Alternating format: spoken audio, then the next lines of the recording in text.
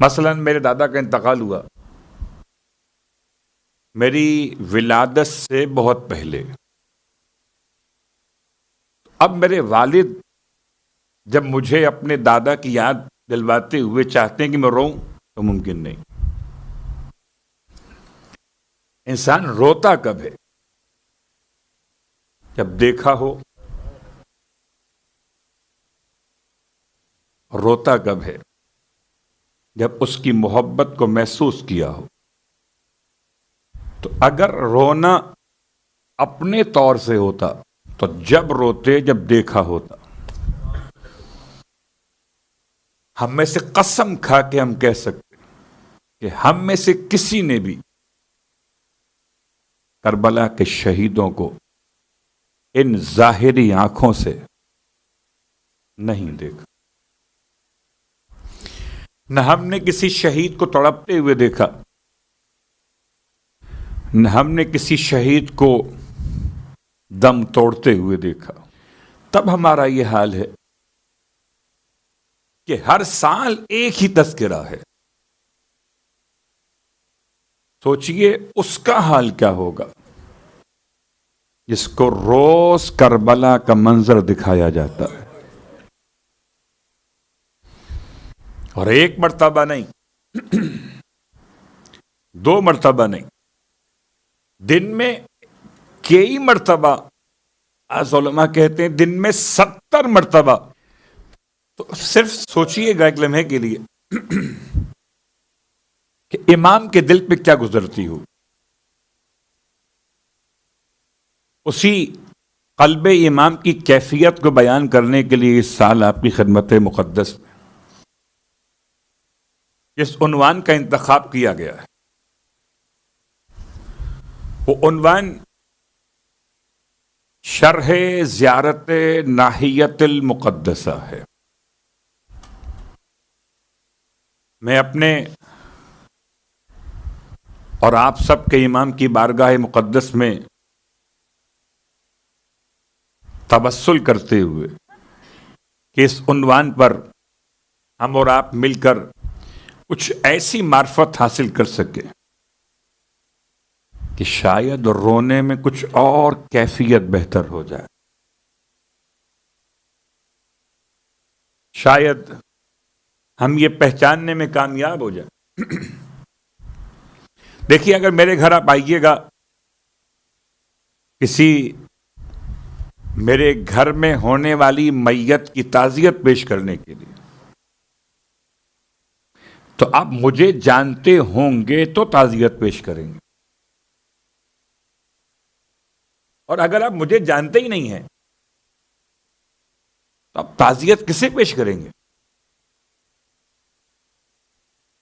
غور کیجیے گا. گرچہ کی بات بڑی عجیب سی ہے ہمارے یہاں، لیکن کوئی حرج بھی نہیں ہے کہ آج کل جب کسی گھر سے میت اٹھتی ہے تو میت کے سوگوار اپنی پہچان کے لیے سویم کے موقع پر، چہلم کے موقع پر ذرا سا سب سے ہٹ کر لباس سیاہ پہن لیتے ہیں.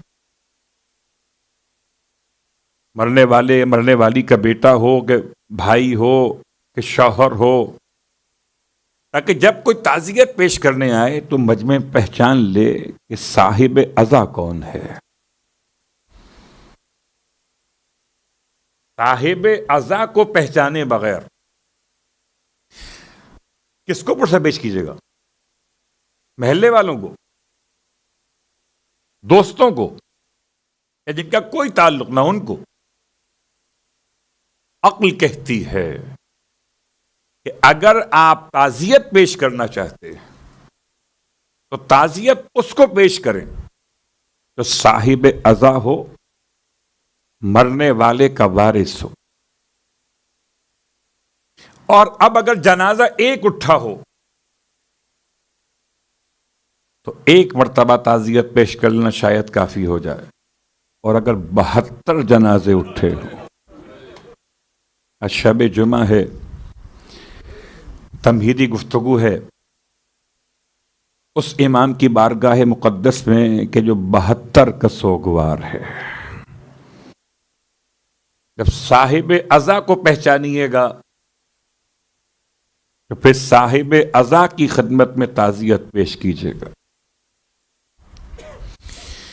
صاحب ازا سے مراد یہاں آپ سمجھ رہے ہیں، اور اسی مناسبت سے اس صاحب ازا کو تلاش کرتے کرتے ہم اس آیت پر پہنچے ہیں.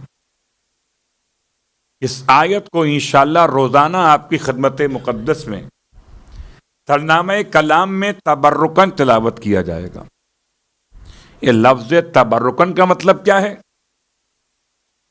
کہ تفسیر قرآن بیان نہیں ہوگی، بلکہ آیت کے ذریعے آیت کے پس منظر میں صاحب آیت کو تلاش کریں گے.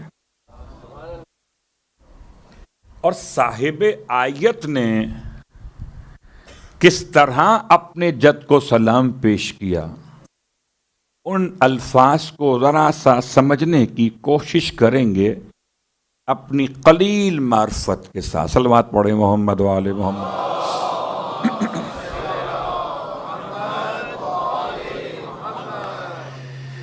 تو آئیے آج اس آیت کا ترجمہ اور ذرا سی اس کی شناخت اور پہچان کر لیں. سورہ مبارکہ الزخرف، اس کا ایک نام سورہ حامیم بھی ہے.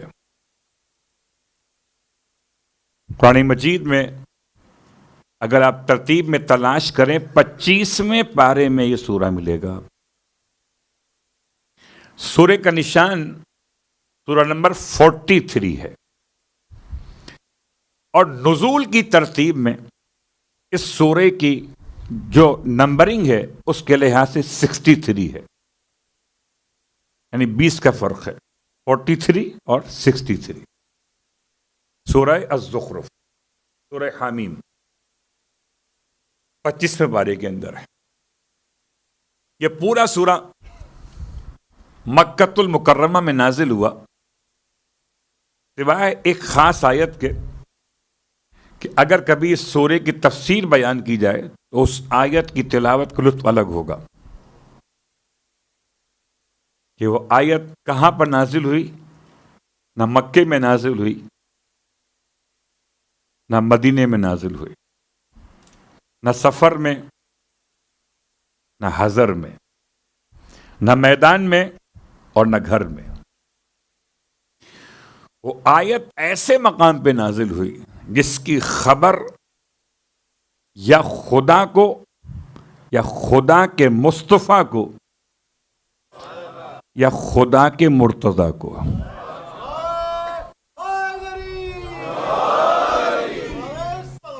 اللہم صلی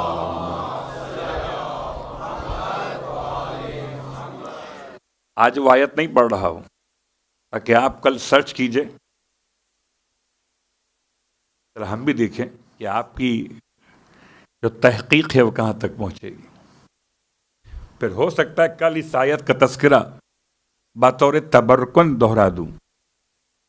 میرا موضوع یہ آیت نہیں ہے، یہ سورے کی ذرا سی اہمیت کو بیان کرنے کا ایک طریقہ سمجھ رہا ہوں کہ اس بہانے ہی صحیح کبھی قرآن کی آیتوں میں آل محمد کے چہروں کو سمجھ لیجئے. سورہ الزخرف کی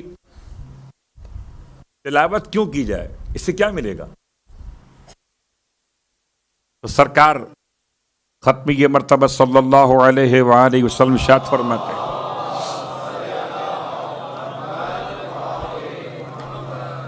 کہ جو شخص بھی سورہ زخرف کی تلاوت کرے گا پروردگار عالم قیامت میں اس سے فرمائے گا، خدا بات کرے گا اس سے جو آج خدا سے بات کرے گا.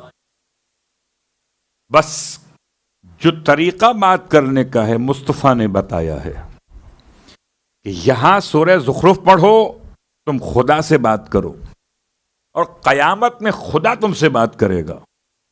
خدا کیا بات کرے گا؟ خدا ہر کس و ناکس کو منہ نہیں لگاتا، خدا اس کو منہ لگاتا ہے کہ جو منہ لگانے قابل ہیں.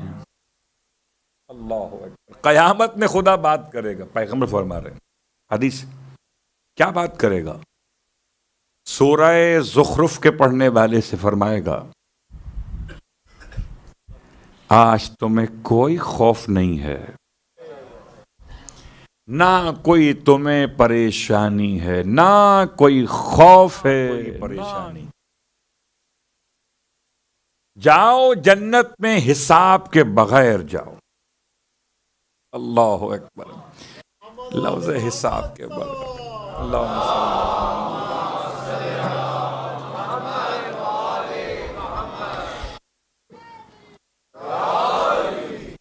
اس عشرے میں انشاءاللہ ہم اور آپ کوشش کریں کہ شاید کوئی ایک آدھ دن تو ایسا ہو کہ ہم یہ سورہ پڑھ لیں، تاکہ اس روایت کے مطابق ہم اس مقام پر آ سکیں جہاں خدا ہم سے فرمائے کہ کوئی خوف نہیں ہے، کوئی پریشانی نہیں ہے.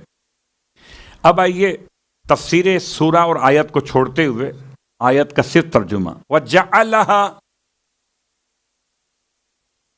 کَلِمَةً بَاقِیَةً. اس سورے کی آیت نمبر 28 الفاظ کیا ہیں؟ جعلها، خدا نے اسے قرار دیا، اسے قرار دیا. کلمۃً باقیۃً، ایک ایسے کلمے کے طور پر جو ہمیشہ رہے گا. ایسے کلمے کے طور پر جو ہمیشہ رہے گا. کہاں پر رہے گا؟ فی عقبہ، اس کی نسل میں رہے گا. دونوں ضمیریں ہیں. اب جو با ضمیر ہیں وہ ضمیر کا مرجع پہچانیں گے. جو بے ضمیر ہیں انہیں سمجھ میں ضمیر نہ کبھی کل آئی تھی نہ آ جائے گی. صلوات پڑھے محمد و آل محمد.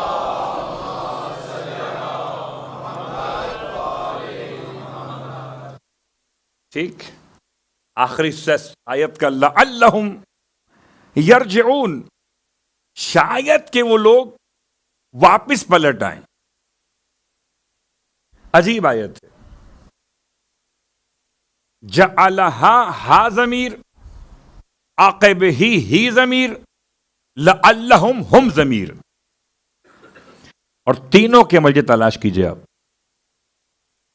لیکن یاد رکھیے قرآن کا ایک ظاہر ہے اور 70 باطن ہیں. ظاہر ایک ہے، باطن 70 ہیں.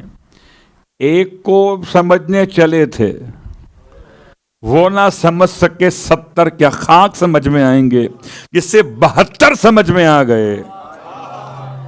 شاید وہ کہیں ان 70 میں کسی ایک کو پہچاننے قابل ہو جائے. بڑی احتیاط سے جملہ استعمال کیا میں نے کہ دعویٰ بھی نہ ہو جائے اور مایوسی بھی نہ ہو جائے. 72 کو پہچانیں گے تو 70 میں کسی ایک تک تو پہنچیں گے. اب آئیے اس کا ایک باطن بیان کر رہا ہوں آپ کی خدمت مقدس میں. ظاہر تو میں نے بیان کر دیا. ظاہر کا مطلب کہ اس میں خدا نے حضرت ابراہیم علیہ السلام کے زمانے کا تذکرہ فرمایا کہ کلمہ توحید کو خدا نے قرار دیا ہے ابراہیم کی نسل میں. کلمہ توحید کو، شہادت وحدانیت کو خدا نے قرار دیا ہے کلمہ باقیہ بنا کر، ایسا کلمہ بنا کر جو ہمیشہ رہے گا ابراہیم کی نسل میں، کہ شاید کہ کبھی عام انسان پلٹنا چاہیں تو انہیں کلمہ نصیب ہو جائے. یہ اس کا ظاہر ہے. اب اس کا باطن بروایت امام جعفر صادق علیہ السلام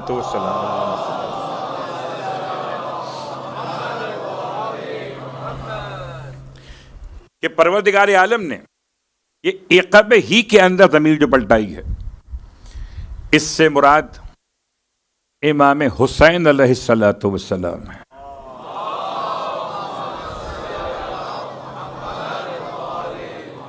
اور جعلہا میں جو ہا ضمیر ہے، اس سے مراد منصب ہدایت اور امامت ہے کہ خدا نے امامت کو قرار دیا ہے حسین کی نسل میں، شاید کہ کوئی انسان پھر حسینی ہو جائے، لعلہم یرجعون، شاید کوئی اتنا ہمدرد ہو جائے کہ حسین کا ہمدرد دکھائی دے۔